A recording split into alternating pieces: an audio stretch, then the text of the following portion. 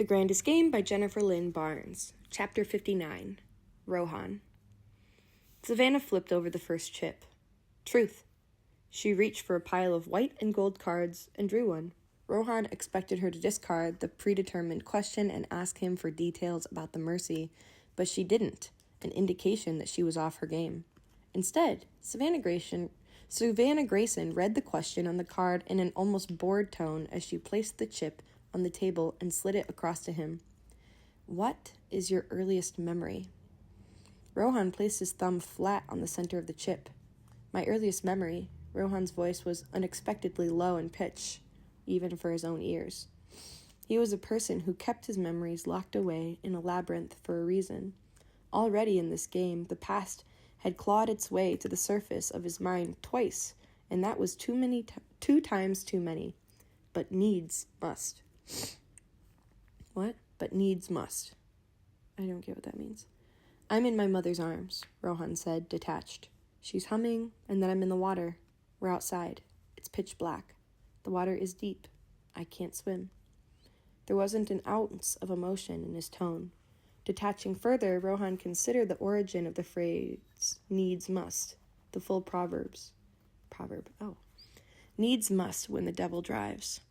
I know control, Savannah said, when I see it. Rohan met her eyes. It wasn't the first time. For all his control, Rohan could feel his heart beating harder now. That's the most vivid part of the memory. I'm in the water. I can't swim. I can't see anything, and it's not the first time. They'd done it to him on purpose.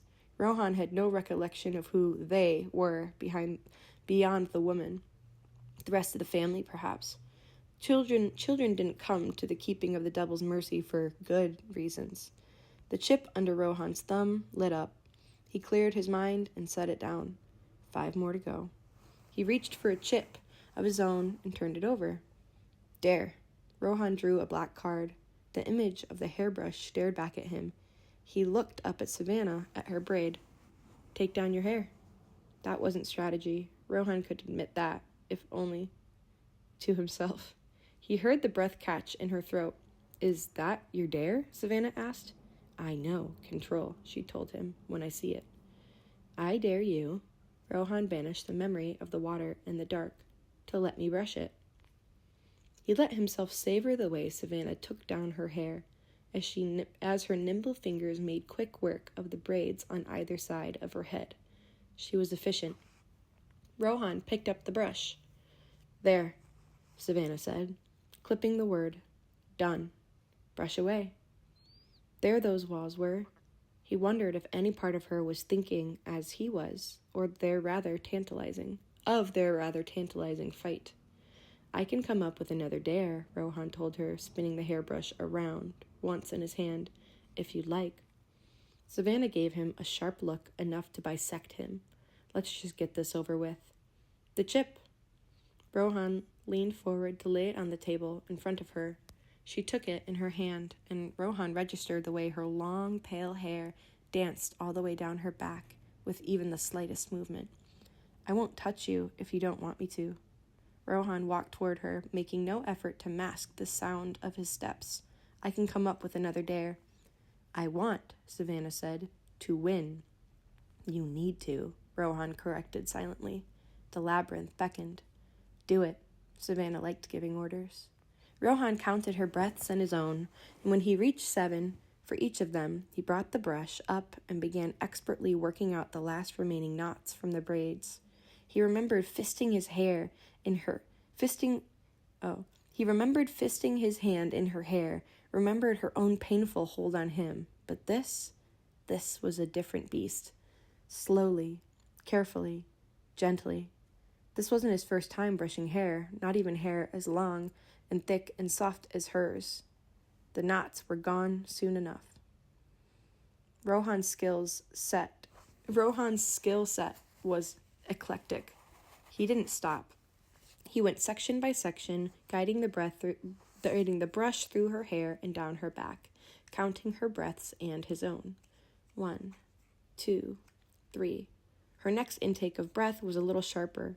Do you know what that does to me, Winter Girl? His thumb lightly skimmed her neck, and Savannah arched it, leaning into his touch, his pulse, hers, softness and heat, breath after breath after breath. Rohan kept brushing, kept counting. 1, 2, 3, 4, 5. Rohan. The way she said his name was like a knife slid between ribs. Savannah, Savannah, Savannah. The chip in her fingers lit up. Are we done? Her voice was lower now, low and rich and brutal, irrefutably her. Are we, Savvy? Rohan echoed the question back to her. Done? He saw and heard and felt her swallow. It's over. There was a difference, Rohan knew, between want and need. Staying on the right side of that line was an exercise of utmost control. He could want her to eternity and back, but he couldn't let himself need a damn thing. Rohan lowered the brush, one dare down, and one truth. Savannah's right hand lashed out, and an instant later she turned over the third chip. Dare. She moved on to the card pile and drew the knife. As the factotum of the Devil's Mercy, Rohan had a certain skill level with blades. Savannah stared at the knife on the table. Rohan felt his lips curve, and then Savannah Grayson did something most unexpected. She grabbed her hair in her fist. Cut it. Rohan was not a person who was easily taken off guard. Schooling his features to remain neutral, he picked up the pearl-handled blade and gave it a light spin. You want me to cut your hair with this knife? I dare you to cut my hair with that knife. She'd felt something. Rohan thought about her sharp intake of breath, about the way she'd leaned into his touch. She'd wanted it, and him, and this was her response. I've done worse things with knives, Rohan warned her, than cut hair. Then why, she countered, are you stalling? Rohan took the knife in his hand and wondered if she was punishing herself for feeling, or him for making her feel. He placed his left hand over hers, and she pulled back, leaving him with her hair fisted in his hand, right at the base of her neck. Before either one of them could breathe even once, Rohan brought the knife to the spot just above his hand and started to cut. It was dirty work, but he was quick about it. Whatever measurements the chips took, when Rohan pressed his thumb to the third chip, it lit up. Savannah stood, towering over the strands of her hair that littered the floor. Your turn. Vicious Winter Queen. No, Vicious Winter Girl. I don't know where the queen came from. Rohan flipped the next poker chip. Truth. He drew a white card but didn't even look at the question on it. Why did you dare me to cut your hair? That wasn't the question he should have asked. There was no utility to asking it. And yet, he wanted to hear her say it. Why not? Savannah moved around the table, putting it between them. Rohan placed his palms flat on the wood and leaned forward.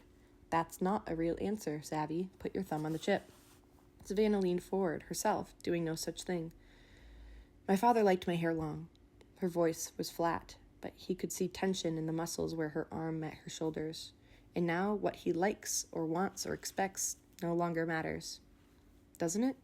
Rohan wasn't sure why talking to Savannah Grayson always felt so much like fencing, why he couldn't resist parrying even one of her moves.